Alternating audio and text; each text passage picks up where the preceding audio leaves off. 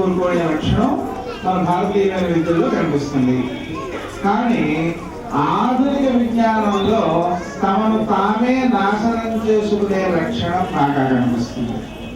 ఎందుకని ప్రస్తుతము మనకు ఏ ఏ ఉత్పత్తులు అయితే ఉన్నాయో ఆధునిక విజ్ఞానం ద్వారా అవన్నీ కూడా భూమండలాన్ని ఎన్ని రకాలుగా నాశనం చేయొచ్చో అన్ని రకాలుగాను నాశనం చేయడానికి పనికొచ్చేవిగానే ఉన్నాయి.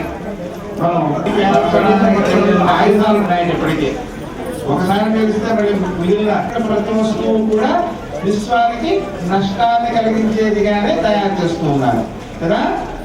అలా జ్ఞానం అనేటువంటిది విధ్వంసాత్మకం కాకుండా సృజనాత్మకం కావాలి అంటే, ప్రజలందరికీ మేలు చేసేది కావాలి అంటే దైవానుగ్రహం వల్ల వచ్చే చదువు కావాలి. అది సరస్వతీదేవిని మనలో ఆవాహన చేసుకోవడం ద్వారా మన ఆలోచనాసరలంతా కూడా చక్కగా ప్రపంచానికి మేలు చేసేదిగా, నలుగురిని బతికించేదిగా సరస్వతీదేవిని మనలో ఆవాహన చేసుకుని ఆ తర్వాత విద్యాభ్యాసం చేయాలి.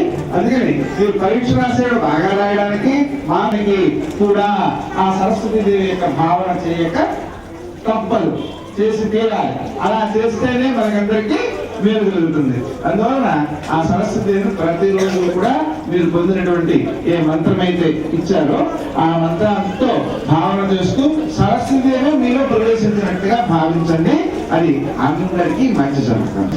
ఆహారందరికీ వారు ఇక్కడే పొట్టి శ్రీరామచంద్ర విశ్వవిద్యాలయంలో జ్యోతిషాస్త్ర ఉపన్యాసులుగా చూస్తూ ఉన్నారు, భాగం తీసుకున్నారు.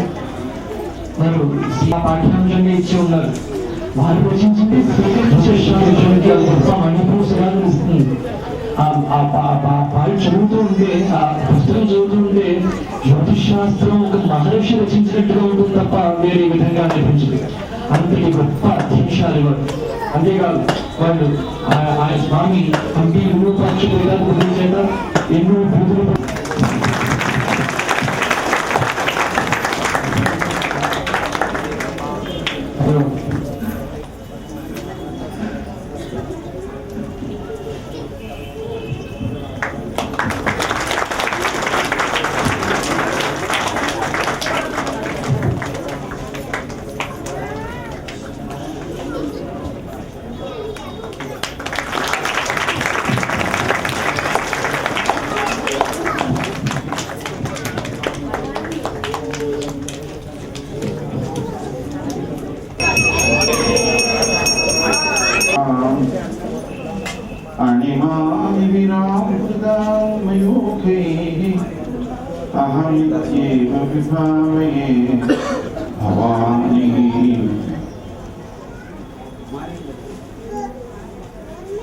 ఆనంద స్వరూపులు అందరికీ వందన. మనం ఏం చేయాలి? వర్తమాన కాలంలో ఈ ప్లాస్టిక్ సంచీలని ఇలా మనం భూమండలాలంతని కూడా కలుషితం చేసేయడానికే ప్రయత్నం చేస్తూ ఉన్నాం. మొక్కల్లో 4 మొక్కలు చాలా ముఖ్యమైనవి. ఏమిటవి అంటే, మనకు తులసి మొక్క ఉంది కదండి. ఈ తులసి మొక్క నుంచి వచ్చే గాలి స్త్రీలకు సంబంధించినటువంటి అనారోగ్యాలలో 53 రకాల అనారోగ్యాలను ప్రివెంటివ్ గా ముందే రాకుండా చేసే గొప్ప శక్తి, జీవశక్తి దాంట్లో ఉంది. ఒక కుక్క చచ్చి ఇక్కడ మనం గుర్తుపెట్టుకోవాల్సినటువంటి ముఖ్యాంశం ఏంటంటే, భారతీయమైనటువంటి స్త్రీలు సంస్కృతిని కాపాడడంలో అత్యంత ప్రధాన పాత్ర వహిస్తూ 60% వ్యాపించి ఉన్న ఒక వర్గం ప్రపంచం మొత్తంలో 60% వ్యాపించేసింది. ఆ వర్గంలో మహాత్ములు ఎంతమంది అంటే గత 2000 సంవత్సరాలుగా ఒక్కడే. మరో వర్గం 30% వ్యాపించింది ప్రపంచంలో. దాంట్లో మహాత్ములు ఎంతమంది మానేసి పళ్ళు తినడం ప్రారంభించాడు. అయితే అతనికి కొంచెం అనుమానం వచ్చింది. ఏంటంటే పళ్ళన్నీ తింటుంటే అన్నం తిన్న కదా, అదే పళ్ళు తింటుంటే అన్నం తినేవాడు అంటే శరీరంలోని జీవక వస్తువుని ఆహారాన్ని మనం పవిత్రమైనదిగా అందిస్తే మన శరీరంలో ఉండేటువంటి జీవకణాలకి శక్తి వస్తుంది.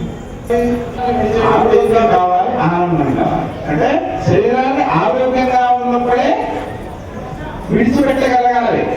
ఇప్పుడు అంటే ఏం కావాలి? యోగ సాధన కావాలి. అప్పుడు మాత్రమే శరీరాన్ని విడవడం అనేది ఆనందకరం అవుతుంది. అప్పుడు మాత్రమే అవుతుంది. కాబట్టి దాన్ని మనం మోక్షం అంటాము, అమరత్వం అంటాము. అంటే ఆ కోరికలు మిగలకుండా ఉండే స్థితి యోగ సాధన ద్వారా వస్తుంది. కాబట్టి యోగ సాధన, భక్తి ప్రచారం, స్వామీజీని గురుజీని నేను మనసారా అభినందిస్తున్నాను. దానిలో చేయూతనిస్తున్నటువంటి భారతీయ ఫలిత అమరులందరినీ కూడా నేను చెయ్యెత్తి నమస్కరిస్తున్నాను. ఈ సంస్కృతిని మనం కాపాడుకుంటే మన సమాజానికి మహాత్ముల్ని ఇంకా ఇంకా ఇంకా అందించగలం. ఆ అందించగలిగేటువంటి బాధ్యత మనపై ఉంది. దాన్ని నిర్వహించుకోవడానికి మంచి మార్గం. ఇక ఇందుకు మొట్టమొదటిలో చెప్పినట్టుగా మరి భూమికి మనం ఏం చేయాలి అంటే మొక్కలు నాటాలి.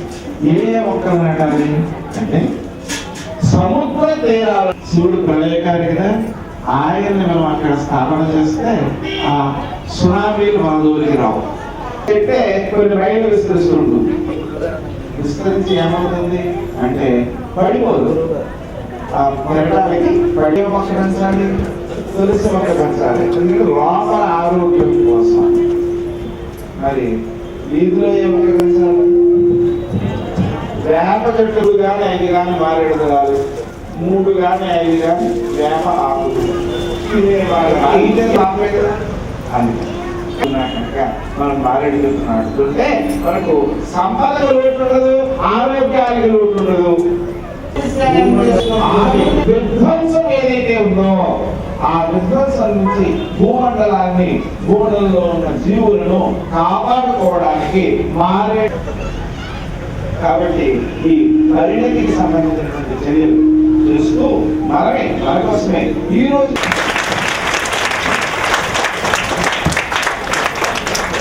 ఎన్నో నేర్చుకోవాలనే ఆలోచనకి, ఆశకి అర్హత అనే ఒక భావనను అడ్డు వేసి తీసుకెళ్తున్న కొన్ని విషయాలను ఎదుర్కొంటూ ఉన్నా. నా యొక్క అంతర్ముఖ ఆలోచన ఏదైతే ఉందో ఈ సంస్థను నడిపించడంలో అలాంటి వ్యక్తుల కోసం ఎదుగుతున్న తరుణంలో చాలామంది కలుస్తూ ఉన్నారు. కొద్ది రోజుల క్రితం పార్వతీ శ్రీ గారు, మాణిక్యమ్మ గారి ద్వారా సుబ్రహ్మణ్య శర్మ గారు ఒక పరిచయం, మాట పరిచయం జరగడం జరిగింది. దానికి ముందు వారిని నేను 2007లో టీవీలో ఆంధ్రప్రదేశ్ ప్రభుత్వం వారు ఉగాది పర్వదినాన్న అందించే పంచాంగ శ్రవణంలో చూశాను. మొన్న చూశాను, మళ్ళా ఇవాళ ఇక్కడ తీసుకొచ్చుకోగలిగాను.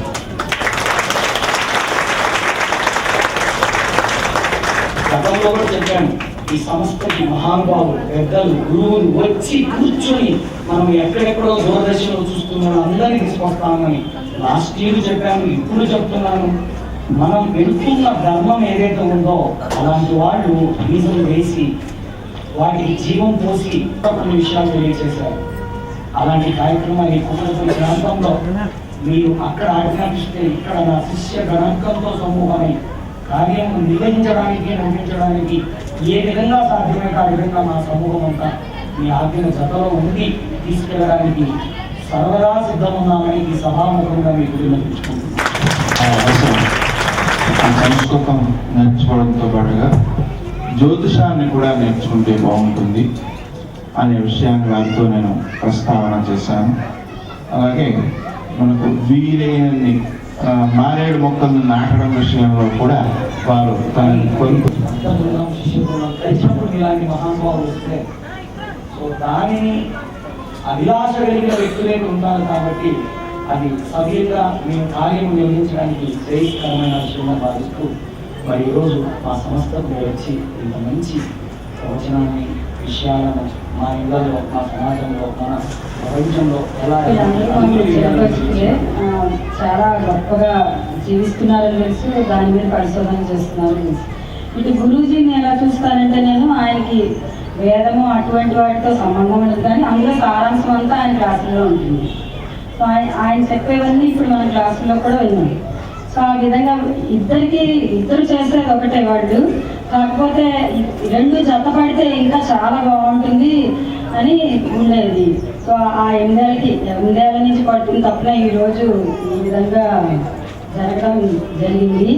అయితే మిమ్మల్ని కోరుతున్నది ఏంటంటే గురూజీకి పూర్తిగా మీ చేయూతనిచ్చి సంస్కృత బోధనా తరగతులు కొన్ని రోజులు ఇక్కడ చాలా సక్సెస్ఫుల్గా జరిగాయి. నేర్చుకునేందుకు ఆసక్తి ఉంది. అయితే నేర్పించే వాళ్ళు ఇప్పుడు ఎవరు దొరకట్లేదు మాకు గత 2 ఏళ్ళ నుంచి. సభ అందరికీ కూడా ధన్యవాదాలు తెలియజేస్తుంది. నాకు అవకాశం పంచాయతీ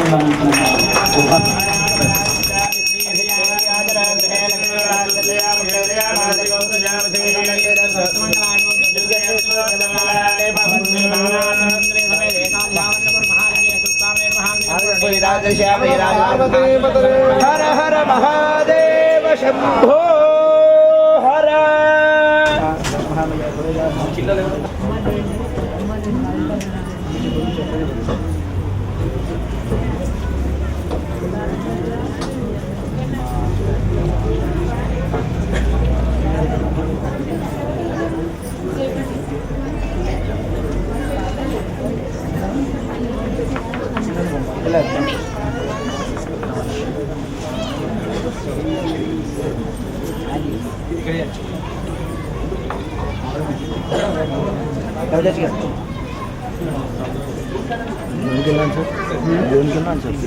లోపలికి మేడం ఇక్కడ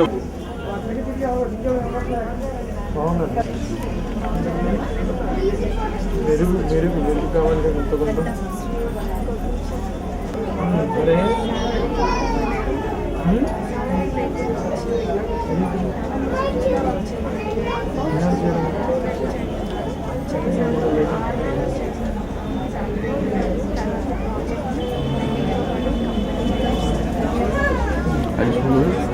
నవరత్నాలు ఎడం చేతికి పెట్టాడు.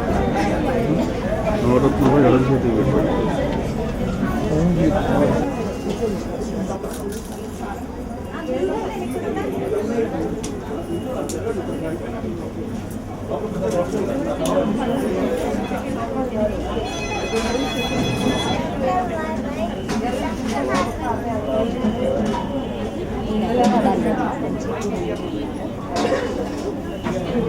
స్వామి ఒకసారి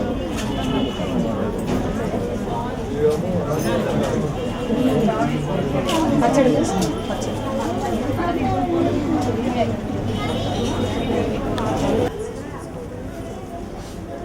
ఇక్కడే ఉన్నాడు. ఇక్కడే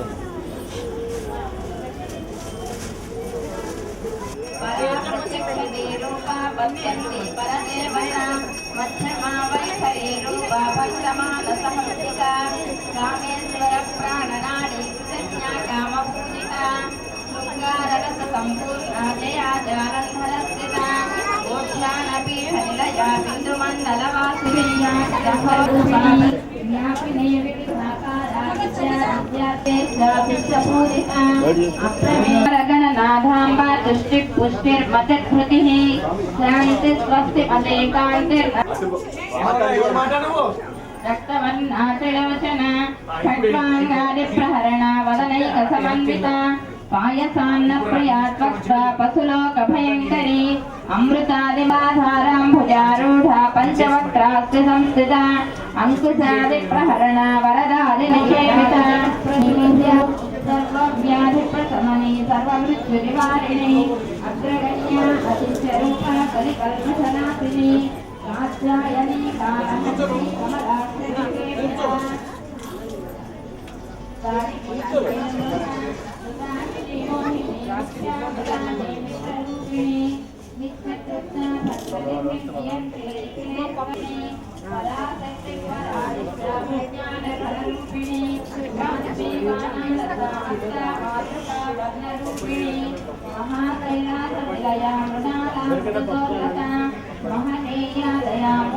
महासाम्राज्यशालिनी आत्मा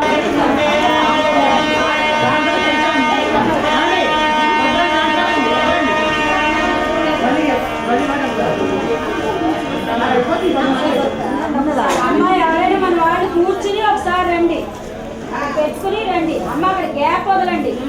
కోరికలు లేవని మీతో ఆపేయండి. మౌనంతో ఉండండి.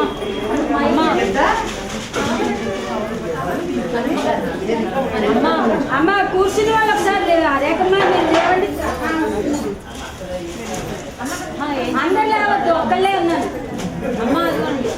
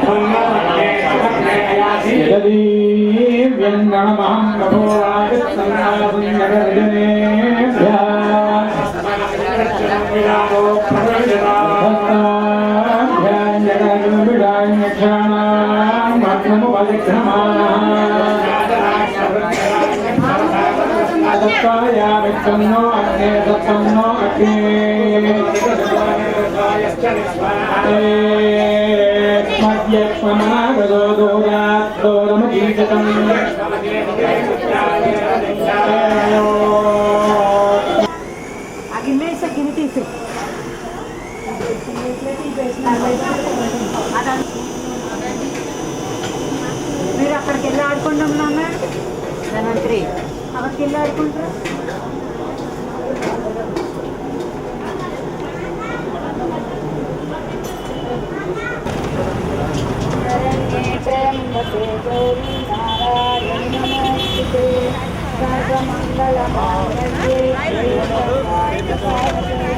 शरण्ये त्र्यम्बके गौरी नारायणि नमोस्तुते सर्वमङ्गलमाङ्गल्ये शिवे सर्वार्थसाधके शरण्ये त्र्यम्बके गौरी नारायणि नमोस्तुते सर्वमङ्गलमाङ्गल्ये शिवे सर्वार्थसाधके शरण्ये त्र्यम्बकमङ्गलमाङ्गल्ये शिवे सर्वार्थसाधके सर्वार्थसाधके शरण्ये त्र्यम्बके गौरी హడావిడి బయట జరుగుతూ ఉంటుంది. అర్థమైందా? అలా కళ్ళు మూసుకుని చేయండి. అమ్మవారిని అక్కడ స్థాపించండి. ఆ కలువు పూలో కూర్చోబెట్టుకోండి. ఇలా సైడ్కి పెడితే దాన్ని చక్కగా మీకు కూర్చోబెట్టడానికి వెనకాల పువ్వు ఉన్నట్లుగా వస్తుంది. మొదలు పెట్టండి, ఆపొద్దు. ఇంకా మీరు కళ్ళు తెరిచేది కూడా లేదు చెప్పే వరకు చేయండి. సర్వమంగళ